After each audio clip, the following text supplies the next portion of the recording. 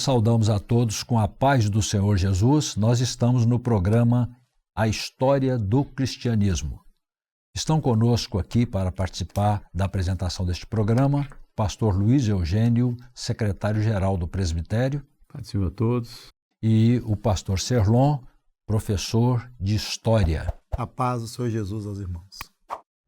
No episódio passado, nós falamos sobre o que aconteceu com os demais apóstolos, a história dos demais apóstolos, além de Paulo e João, aqueles que, nesse período, até o ano 100, eles atuaram levando a palavra do Senhor e a sua história no tempo. Também falamos do quadro do Império Romano, como que funcionava o Império Romano, sob o qual estava a Igreja. Também fizemos comentários sobre a perseguição à Igreja. Também foi feito um comentário nesse sentido. O século 100, o século I, no ano 100, encerra com o apóstolo João. O apóstolo João vai merecer uma abordagem especial que nós vamos deixar para mais para frente. Pelo seguinte, nós temos um quadro que eu vou pedir até para colocar na tela, que é o quadro da divisão histórica de todo o período da Igreja, o período da história, que vai ser diferente do período profético. Quando se conta a história profeticamente, ela tem uma divisão diferente. Então isso vai ficar por uma certa apresentação num determinado momento, falando do apóstolo João, do Apocalipse e dessa divisão do tempo. Então, neste momento, falando da história, a história apresenta essa divisão que está estampada nesse quadro aqui. Esse quadro já foi mostrado. Nós estamos, então, na Igreja Antiga, na primeira linha, do ano 30 ao ano 590. Vou pedir para colocar o próximo slide. Aqui está a Igreja Antiga, também uma subdivisão. E nós estamos na segunda parte. Do ano 30 ao ano 100, a Igreja Apostólica, sobre a qual nós acabamos de dissertar no episódio passado, que encerra com o apóstolo João. E estamos entrando agora no ano 100 a 313, chamada a Igreja Católica. Só que essa expressão, ela precisa ser explicada. Então vou pedir, dando início aqui a introdução ainda desse episódio, pastor Serlon, explicar o que é esse termo Igreja Católica. Muito bem, meus amados irmãos, a palavra católica vem de católicos, que é um termo grego. Esse termo vem da junção de duas palavras do grego e significa uma igreja universal, uma igreja que abrange a todos. Então começa a ser construída uma ideia de que existia uma única igreja, uma única instituição sob a qual deveria estar reunido todo o conjunto dos cristãos. Uma igreja universal, no sentido de uma única igreja que abrangeria dentro de si todos os fiéis. E somente essa igreja seria detentora da genuína ortodoxia, ou seja, do ensino correto, do ensino verdadeiro, do ensino que teria sido recebido da parte dos apóstolos.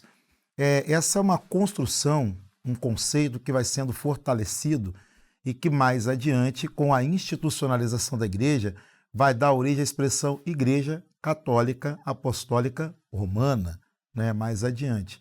Então, o catolicismo, nesse momento, não é exatamente a igreja católica, instituição que todos nós conhecemos, mas era uma ideia de que a igreja deveria estar organizada em uma única estrutura. E, logicamente, essa estrutura acaba sendo consolidada ao longo do tempo. Perfeitamente. Então, agora, explicado esse termo católico, que não corresponde àquele termo mais adiante da Igreja Católica, não é exatamente a mesma coisa, nós vamos dar entrada neste episódio falando dos patristas. Agora, vou pedir ao pastor Luiz Eugênio para discorrer sobre o assunto. Porém, só lembrando que o período dos apóstolos encerrou no ano 100. Agora vieram os descendentes dos apóstolos. Então, vamos pedir ao pastor Luiz Eugênio para falar um pouco a respeito dos pais da igreja. Bom, irmãos, tem esse termo, né, que muitos consideram como pais da igreja, né? Mas, inclusive, tem uma série de erros nessa designação, por exemplo. Muitos consideram que os chamados pais da igreja patrística, eles deram continuidade aos apóstolos, como se eles fossem apóstolos também, né? Dando continuidade ao trabalho que os apóstolos fizeram. Mas nós vamos observar que eles realmente continuaram, mas é que houve muita divergência entre eles, certo? Que os apóstolos não tiveram essa divergência doutrinária, né? Tiveram divergência doutrinária mesmo, certo? A patrística. Agora, a primeira coisa que temos que lembrar é o seguinte: Jesus ele já fez menção, alguns tentam justificar esses pais, por quê? Porque eles eram líderes e eram referência, assim, referência de ensino, então essa reverência, essas pessoas resolveram chamar de pais, né? E aí a tradição foi deixando sair como pais, e ficou aí na tradição teológica como pai, mas na verdade é o seguinte: nós sabemos muito claramente que Jesus deixou o ensinamento. Ele falou o seguinte, aqui em Mateus 23:9, diz assim: a ninguém sobre a terra chameis de vosso pai, porque só um é o vosso pai, aquele que está nos céus. Ele está falando, evidentemente, no sentido de pai doutrinário. Não falando pai carnal, as pessoas, nós temos nossos pais, né? Agora, aqui está falando desse sentido. Então, nesse sentido, alguns tentam explicar porque eles são chamados de pais, por causa da reverência, a referência a eles, os ensinamentos que eles trouxeram, mas não há motivo para chamar isso de pais, não. Porque nós vamos ver que de pais, embora são homens inteligentes, homens que foram importantes, mas de continuação apostólica eles não têm nada, certo? A continuação apostólica não tem nada disso. Não são apóstolos, trouxeram o mesmo ensinamento dos apóstolos, nada disso não. Houve muita divergência e muitos ensinamentos que os apóstolos não tiveram esse problema, porque a Bíblia, ela tem unidade no ensino dela, né? Unidade no ensino, sendo que a patrística não teve essa unidade. Então, são homens bons, foram homens bons, vamos ver alguns até que morreram, como Justino Mártir, outros ali, mas cheio de erros doutrinários seus ensinos, com divergência um com o outro, né? Então esse é o grande problema. Agora, nós temos alguns que tem até a termologia, né? A questão de uns que defendiam mediante a acusação do império, né? E aqueles que defendiam das heresias, né? Que vinham sobre a igreja. Uhum. Mas nessa defesa, muitos deles trouxeram muitas heresias também na sua defesa. Heresias para dentro da igreja também. Trouxeram. Primeiro ponto que eu podia dizer, Antônio Carlos, a questão deles, em sua maioria, copiar as informações da filosofia, dos filósofos da época, Platão, Aristóteles, Sócrates, então trouxeram a informação para dentro do cristianismo. E até mesmo Tertuliano, que foi contra esse tipo de atitude, falou: o que tem a ver Jerusalém com Atenas? Ele combatia isso porque ele achava que podia ter essa mistura. Mas ele também usou a filosofia para explicar, por exemplo, sobre a Trindade. Ele fez um tratado sobre a Trindade, ele usou a filosofia para explicar, os parâmetros filosóficos para explicar. Então, todos eles usaram de alguma forma a filosofia. Então, a filosofia já começou, mas a filosofia não começou com eles aqui, você começou antes deles. Né? Você vai observar, tem um filósofo chamado Filo de Alexandria, que ele veio no tempo de Jesus. E no tempo de Jesus, ele já fazia o seguinte, podemos dizer, naquela época, ele já foi o pioneiro em trazer a filosofia para dentro do judaísmo, certo? Então, ele começou a trazer naquela época, ele viveu no tempo de Jesus, certo? Já no tempo de Jesus. Então, ele tentando explicar, usando as ideias filosóficas para explicar a questão da fé judaica. Já o filho de Alexandria. Então, nós vamos ver essas questões, e tem outros que nós vamos comentar aqui, mas vamos deixar o primeiro comentário, o Serlon, detalhar mais alguma coisa sobre eles, depois nós vamos entrar mais em detalhe, né? Amém. Falou de filosofia, com o pastor Luiz Eugênio, né? Não é assim, não. Mas ainda sobre esse termo, né? O nosso programa de hoje tem esse título, a patrística. A palavra patrística vem de pater, e pater vem do latim. Pater é pai em latim. Então, cuidado de pai, cuidado paternal por exemplo. E esse termo nós não ignoramos, nós não desconhecemos, né, que ele é amplamente usado, se estabeleceu como uma tradição. A teologia recorrentemente emprega esse termo, os pais da igreja, a patrística, mas nós temos essa posição de que houve também alguns resvalos doutrinários, né, por parte da patrística, muito embora eles tenham defendido alguns aspectos fundamentais da fé cristã. Havia uma certa autoridade por se considerar, principalmente os chamados pais apostólicos. Essa expressão pais apostólicos ela é um pouco mais específica, porque ela se refere, dentro da patrística, aos que supostamente tiveram contato direto com os discípulos, caso, por exemplo, de Policarpo de Esmirna, a respeito do qual há evidências de que ele tenha tido contato com o apóstolo João, o último dos apóstolos que morreu. Então, não obstante a importância da atuação deles para a consolidação e permanência de elementos fundamentais da fé cristã, nós temos, por exemplo, Irineu de Lyon, que é um dos patristas, que vai inserir a ideia de que Maria era a corredentora da humanidade. Então veja que já começa ali a existir situações que vão desviando do profético, da autenticidade das Escrituras. Agora, dentro do grupo dos patristas, que é um grupo muito amplo, nós temos nomes importantes como Clemente de Roma, Inácio de Antioquia, o já citado Policarpo de Esmirna. Nós temos um grupo que se sobressaiu em uma atividade de defesa da igreja cristã diante do Império Romano.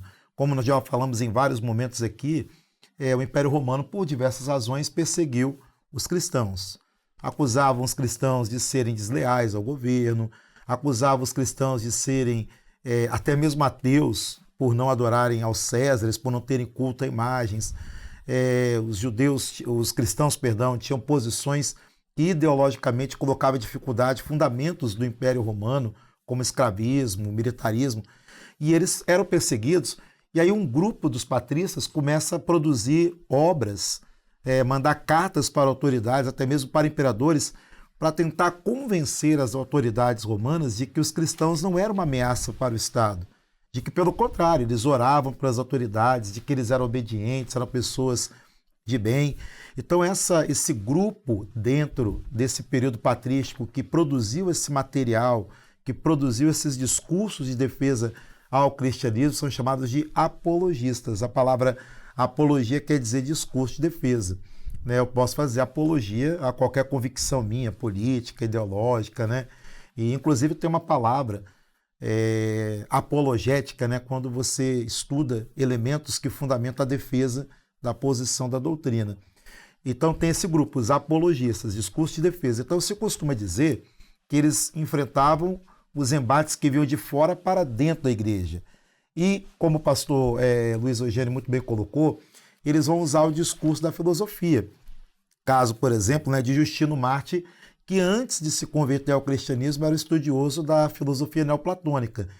E como naquele contexto era a filosofia, a linguagem respeitada, a linguagem considerada como adequada para você lidar com esse tipo de debate, eles recorreram muito à filosofia. Então esses eram os apologistas. Apologia, discurso de defesa.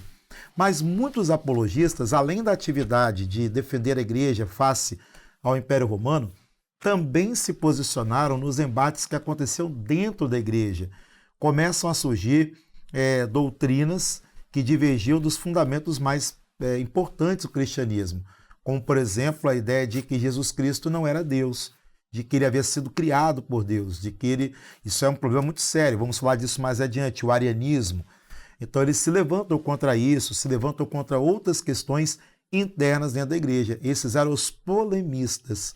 A palavra polemos quer dizer combate, atividade de militância. Então eles se posicionam contra esses desvios, essas heresias que estavam surgindo dentro da igreja. Então, só deixando muito claro, nós não dividimos os apologistas e os polemistas em dois grupos totalmente separados. Constantemente, os apologistas tinham atividades também em defesa da doutrina internamente. Então, havia uma interseção entre esses dois grupos dentro da patrística.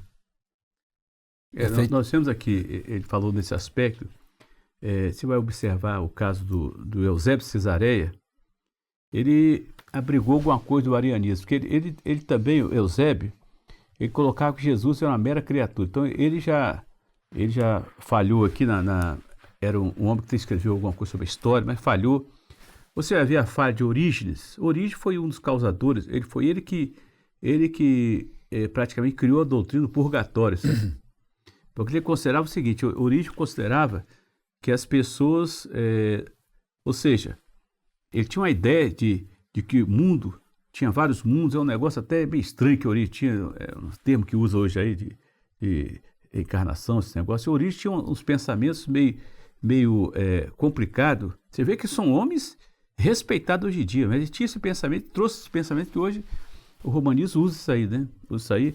E ele ensinou, ou seja, que ele sempre tinha um jeitinho. Tanto é que outros depois dele pegaram o mesmo ensinamento. Você vai ver, Basílio também pegou esse ensinamento do purgatório dele também e continuou com o ensinamento dele. Então, agora Justino, o grande problema de Justino foi o seguinte: Justino ele já trouxe outro ensinamento. Usando a filosofia, a razão do Logos, ele colocava o seguinte, colocava que a questão do Logos aqui, o que ele falava? Por isso que ele considerava que, por exemplo, alguns filósofos como Sócrates e Heráclito eram cristãos. Mas eles viram antes de Cristo. Não, mas eram cristãos porque a mensagem dele tinha a ver com o cristianismo. Então, ele considerava esses homens, ele falava assim, mesmo alguns são ateus, são cristãos também, certo? Então você vê uma ideia totalmente equivocada de Justino. Equivocada. E outros, essas ideias platonistas, muitos deles que copiaram a maioria como Platão mesmo. Platão, nós sempre falamos, Platão ele não cria no mesmo Deus que nós cremos, porque, primeiro, para ele Deus era muitas coisas, eram os astros, eram os homens, era tanta coisa, era Deus para ele. Ele tinha outras ideias. Então, essas ideias, por exemplo, você vai ver a ideia, por exemplo, de mesmo aqui, por exemplo, Clemente, né? Clemente de Alexandria copiou alguma coisa sobre Platão, falar sobre Timeu, né? Que tem uma frase assim: é difícil encontrar o Criador e Pai do Universo, e uma vez tendo encontrado, é absolutamente impossível falar a respeito dele. Então, eles tinham esses pensamentos, que a dificuldade de encontrar o Criador de Deus, desse encontro com Deus. Eles buscavam a transcendência que a gente fala, né? Buscavam o encontro com o Criador, e nós falamos até no episódio passado, aí falamos sobre essa busca constante pelo Criador, que o homem sempre teve, e o homem ele fazia de tudo. Por isso que, às vezes, ele queria... Você vai ver, por exemplo, lá nós falamos até a vez passada sobre a questão da Torre de Babel, né? Que a torre porque queria chegar no céu de todo jeito, né? E só deu confusão. Muita gente confusa. Lá no Atos, na derramada do Espírito Santo, o Espírito Santo foi derramado, tinha muita gente de língua diferente e todo mundo na comunhão na mesma coisa. Olha a diferença que tem, né? A diferença de Atos para a Torre de Babel, a confusão que dá. Então, quando você observa, aonde o Espírito Santo não está falando nada, vai dar confusão sempre. Mesmo esses homens, com toda a inteligência dele, os mais respeitados, que é Tertuliano, que eu falei sobre Tertuliano, que ele também usou a filosofia também. Então, o Celão falou muito bem, nós não temos nada a falar contra a filosofia, somos contra a filosofia, nada disso não. Mas o problema são essas ideias de homens inteligentes que foram copiadas por outros depois dele, continuou aqueles erros da heresia, que eles deixavam pequenos ensinamentos que trouxe prejuízo demais, certo? Muito prejuízo. Então, tem que compreender uma coisa. Por isso nós falamos que esses pais, chamados pais, que chamam de pais, que não são pais coisa nenhuma, a gente chama patrística, eles não eram continuados dos apóstolos, porque os apóstolos não tinham divergência, eles tinham divergência entre eles. Tanto é que a divergência, por exemplo, Agostinho tinha uma divergência séria com Orígenes, certo? Não aceitava o que Orígenes falava. E não só divergência com Orígenes, como outros Agostinho tinha, né? Ele falava que a teoria de Orígenes, que depois vai ver que Basílio copiou, outros copiaram, a teoria dele ia levar a salvar até os demônios a salvar, certo? Do jeito que então, cada um colocava uma coisa. Então, é um negócio, para muitos, compreende que eles eram continuidade dos apóstolos, mas não era continuidade dos apóstolos. Eles tinham as opiniões deles, que eram teólogos, como tem muitos teólogos hoje aí. Sim. É por isso que a palavra diz Apocalipse, né? Que o que acrescentar alguma coisa na profecia desse livro, né? É tudo acréscimo que eles tentam fazer, que não chegava coisa nenhuma, chegava só confusão. Confusão Eu podemos dizer assim, esses chamados, para muitos chamam pais da igreja, os grandes teólogos, eles fizeram foi muita confusão, viu? Muita confusão no ensino do cristianismo, né? Inclusive tem, né, um versículo, 1 Coríntios capítulo 8, verso 1, que diz que a ciência incha, mas o amor edifica, né? Edificação é diferente de inchaço. Aparência. O pastor Luiz Eugênio mencionou Santo Agostinho, chamado Santo Agostinho. Agostinho, né, bispo de Hipona, já no período final do Império Romano, quando Roma estava sendo invadida pelos povos bárbaros germânicos, ele escreveu uma obra chamada A Cidade de Deus. E essa obra é muito referencial, né, no pensamento patrístico tardio, que faz uma associação entre o cristianismo e o mundo das ideias. O Platão, o pastor Luiz Eugênio, por certo, domina muito mais isso. Mas o mundo das ideias seria um mundo intangível, um mundo não concreto, do qual esse mundo em que vivemos seria uma reprodução imperfeita. Simplificadamente seria isso. Então vejam como a filosofia foi levando por caminhos tortuosos, foi inchando, né? Sim. A ciência incha. Mas o que nós precisamos é do amor. E o amor fala da operação do Espírito Santo, né? O amor de Deus está derramado nos corações por meio da operação do Espírito Santo. Nós introduzimos aqui no segundo século, após a morte dos apóstolos, e vimos aqui que os patristas eram considerados os descendentes ou sucessores dos apóstolos. Isso foi feito um bom comentário a respeito disso, estou procurando só nos situar dentro do tempo, né? Para nos localizarmos bem. Pastor Serlon, também pastor Luiz Eugênio, eles citaram a questão da defesa da igreja. A igreja, ela adotou 2 procedimentos de defesa, embora que as mesmas pessoas pudessem fazer as 2 defesas, outras vezes pessoas específicas. Então a igreja tinha um problema interno que eram as heresias. As heresias, a defesa da igreja, a defesa da doutrina, precisava defender a doutrina, e tinham aqueles que defendiam a doutrina. Mas tinha um outro problema, que era a defesa da igreja em relação ao império, porque a igreja estava sendo perseguida, atacada, e alguns se levantaram, sem desprezar a parte doutrinária, alguns se levantaram para defender a igreja perante o Estado, para dizer ao Estado que a igreja não era aquilo que eles estavam pensando, ou aquilo que reputavam que a igreja seria, não é? Certos atos que atribuíam à igreja não eram verdadeiros. E como foi citado aqui, que eles usaram muita filosofia, mas eles tiveram um motivo para utilizar da filosofia, porque a filosofia era muito bem assimilada pelo Império Romano. Então foi um caminho que eles tomaram para fazer a defesa da igreja perante o Estado. Fazer a igreja, vamos dizer assim, cheirar bem perante o Estado e tirando aquela mancha que foi colocada injustamente sobre a igreja. Mas ainda tem um ponto ainda aqui que precisa ser esclarecido.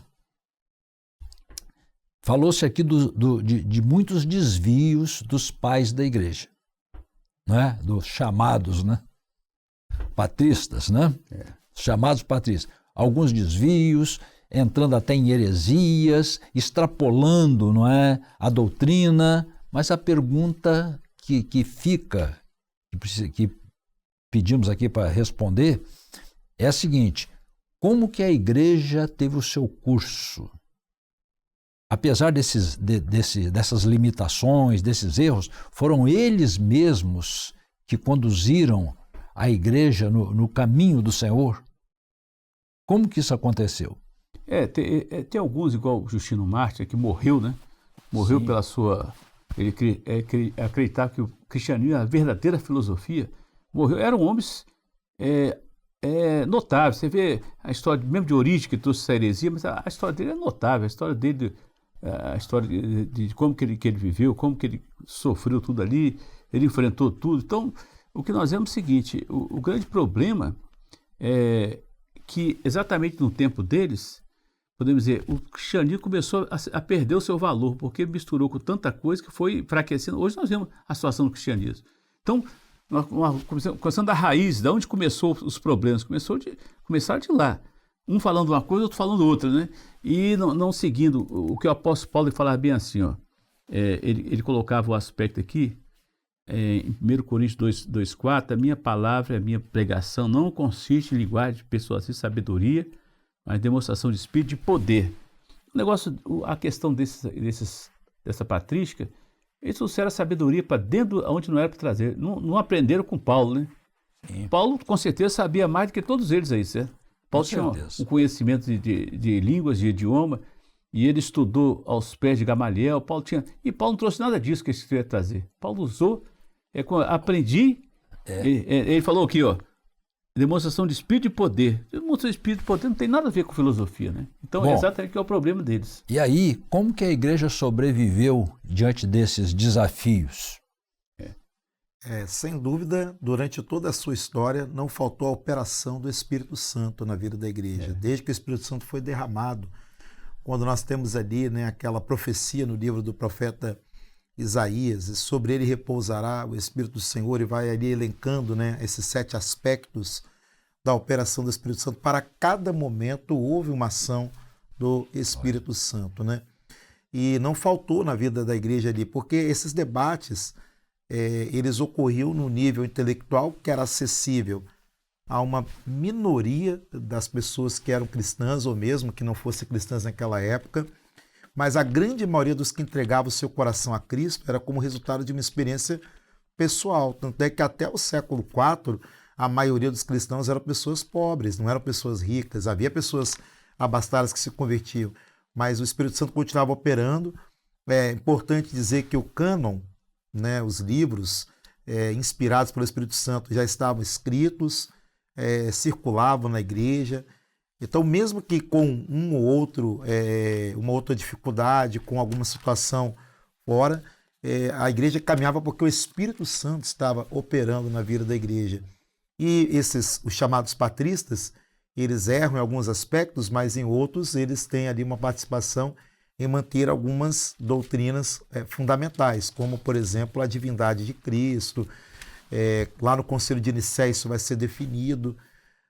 Deus usou homens, né, naquele momento, mas, sobretudo, o Espírito Santo operando na vida da igreja. Uma igreja viva, uma igreja que avançava apesar das perseguições.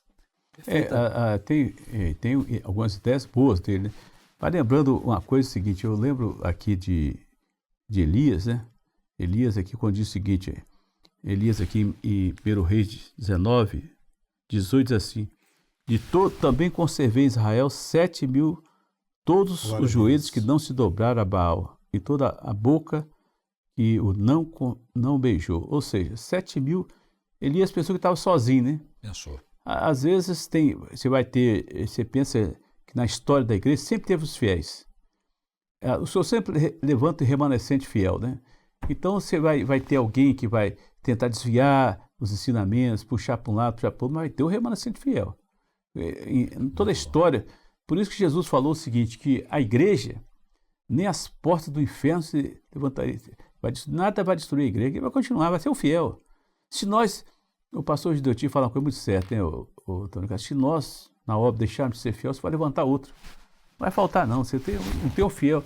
E é importante que a igreja, você vai ver que sempre tem um fiel ali que está lutando, está batalhando, e é isso mesmo. Não deixando as heresias, as coisas que contaminam a fé entrar, está lutando. Tem aqueles que, como diz a carta de Judas, né, entraram escorregando dentro ali para poder perverter a graça, né? Mas tem aqueles que estão lutando pela fé. Mesmo com pessoas de alta cultura. Você vê uns homens desses aqui, você vê os doutores da internet trazendo verdadeiras aberrações bíblicas, né? Um até que trouxe aí que a Bíblia tem que ser reescrita de novo. Quer dizer, esses homens que existem hoje. Né? E nesse momento da história da igreja, se nós formos fazer uma associação com as 7 cartas do Apocalipse, se relaciona à igreja de Pérgamo, né? A igreja em que acontece a perversão desse casamento, que coincide com o espírito de inteligência ou discernimento. Certamente, naquele momento, o Espírito Santo estava operando na vida dos fiéis para dar o discernimento do que estava acontecendo, daquilo que era do Senhor, daquilo que não era da parte do Senhor, dando essa inteligência ou discernimento para esse momento que a igreja vivia. Sempre houve os fiéis, né? Como muito bem lembrado pelo pastor Isogênio, os 7.000 joelhos que não se dobraram diante de Baal nos tempos de Elias. Isso mesmo. Amém. Nós estamos encerrando este capítulo, estamos dentro do nosso tempo, agradecendo a presença de todos que participaram conosco e também a presença do pastor Luiz Eugênio e do pastor Celon. Amém. Glória a Deus. A paz do Senhor a todos. É, Senhor.